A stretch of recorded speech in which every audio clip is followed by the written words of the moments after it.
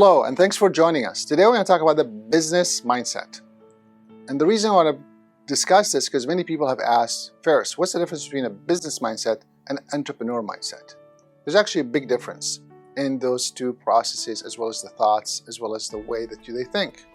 So an entrepreneur mindset, we all know you're looking for an opportunity or you see a problem that you would like to solve. That's really the mindset. A problem you want to solve or an opportunity you want to create. Now, of course, there's a definition in in the dictionary that tells you what entrepreneurs are or is, and I'm not going to go through that. You could look that up. That could be an assignment for you to do as well. And yes, they're going to talk about risk and management and all those things. But the reality is, work with these entrepreneurs globally. Most educators today, not all, most educators today agree that it's a mindset. It's a way of thinking.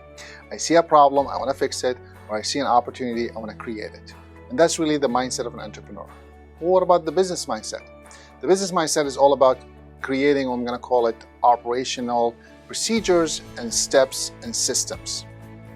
This is why many colleges still today still teach business management, because you need systems in place. What does systems in place means? Well, you need to make sure that there are things that are going to happen in a certain way, so therefore you could perform it over and over and over and over.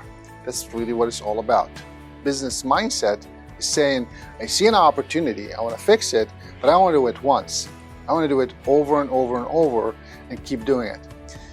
You will notice that many of the entrepreneurs, once they solve that problem, they might be bored with that problem and they look for another problem, right? They're looking for problems to solve, they're looking for opportunity to create.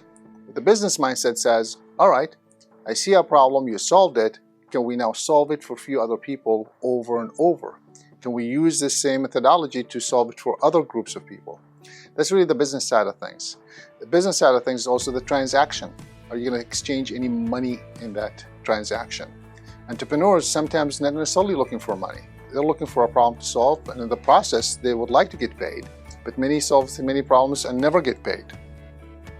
Or they do it for good causes, right? Now we hear about what's called social entrepreneurs. Well, it's the same concept, right? They see a problem within their community that they would like to solve, and they just go out and solve it. I'm sharing that with you because as you go through your business, and initially most of the entrepreneurs we worked with, initially they started because it was their hobby, or they were doing it on the side, or they had no choice but to start a business, and they were able to do it. But after a while, you need to convert that, I'm going to call it the entrepreneurial journey, to a business. And the way you do that, you put some structures around it. I'll give you some specific example. So today, if I ask you who's your customers, you're going to tell me first, everybody's my customer. Appreciate, respect that. With all due respect, gonna disagree with that. While everybody is welcome to buy from you, not everybody's your customer. I'm asking the customers who you would go after, meaning that if you have no one showing up, where would you go to get that customer? Are you gonna show up to a parking lot? Or are you gonna show up to a building? Where are you gonna go?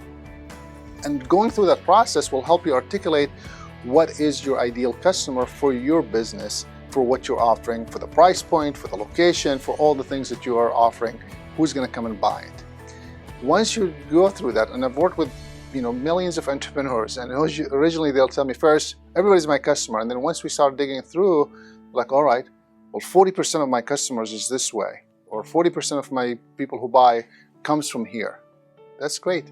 That's the majority of your customer. Maybe 80%, maybe 60%, maybe 90%, maybe it's only 30%, but that's the majority because everybody else is like only 10%.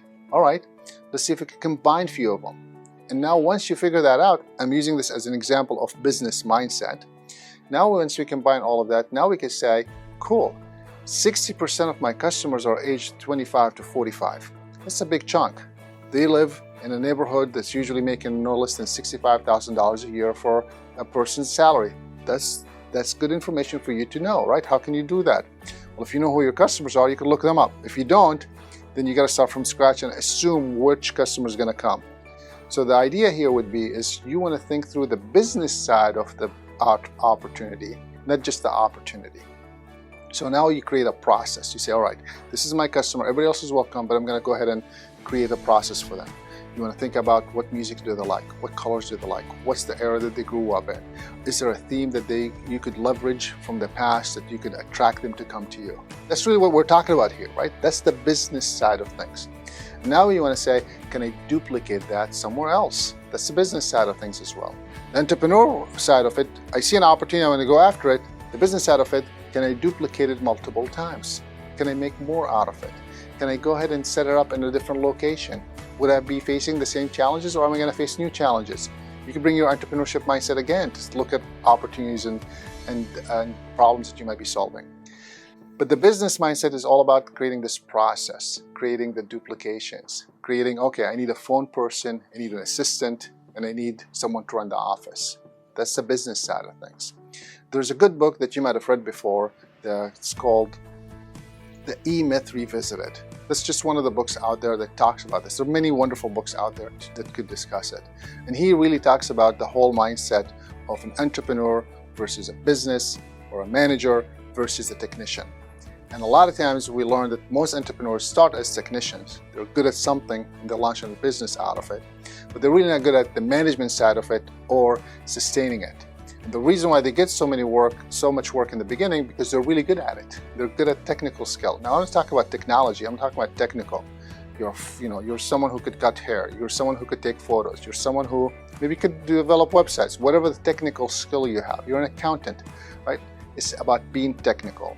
And then being able to leverage that to start a business, but not necessarily knowing how to manage it or how to, keep it going, right? That's important. So understanding that this business process needs you to think through, what process do you have to make your business continue going? So think about, what can you structure? I will also tell you that you might feel frustrated in this process because you're not thinking that way, nor you're looking for that. So it's okay to be a little bit frustrated as you build your business mindset to understand, what is really my business? What is it that I do? I've used this example in some of our trainings in the past, which is, I started a business because I want to sell bottles of water to people. I've got the best location downtown.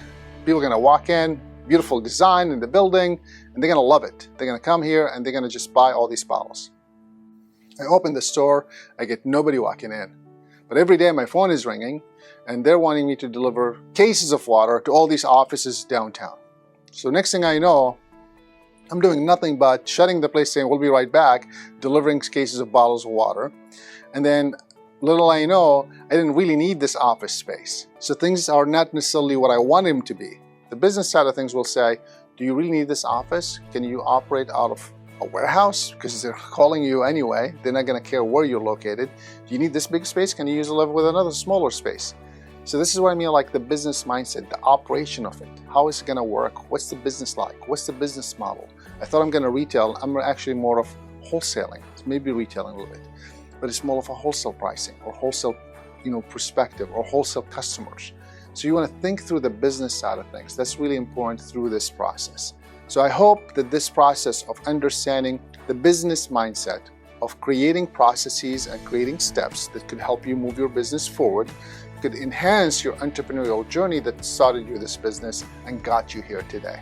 So create some processes. You want to think about business from operation, so day-to-day operation. Think about sales. How many sales you need to do to figure out how much money do you need to make or to cover up your costs.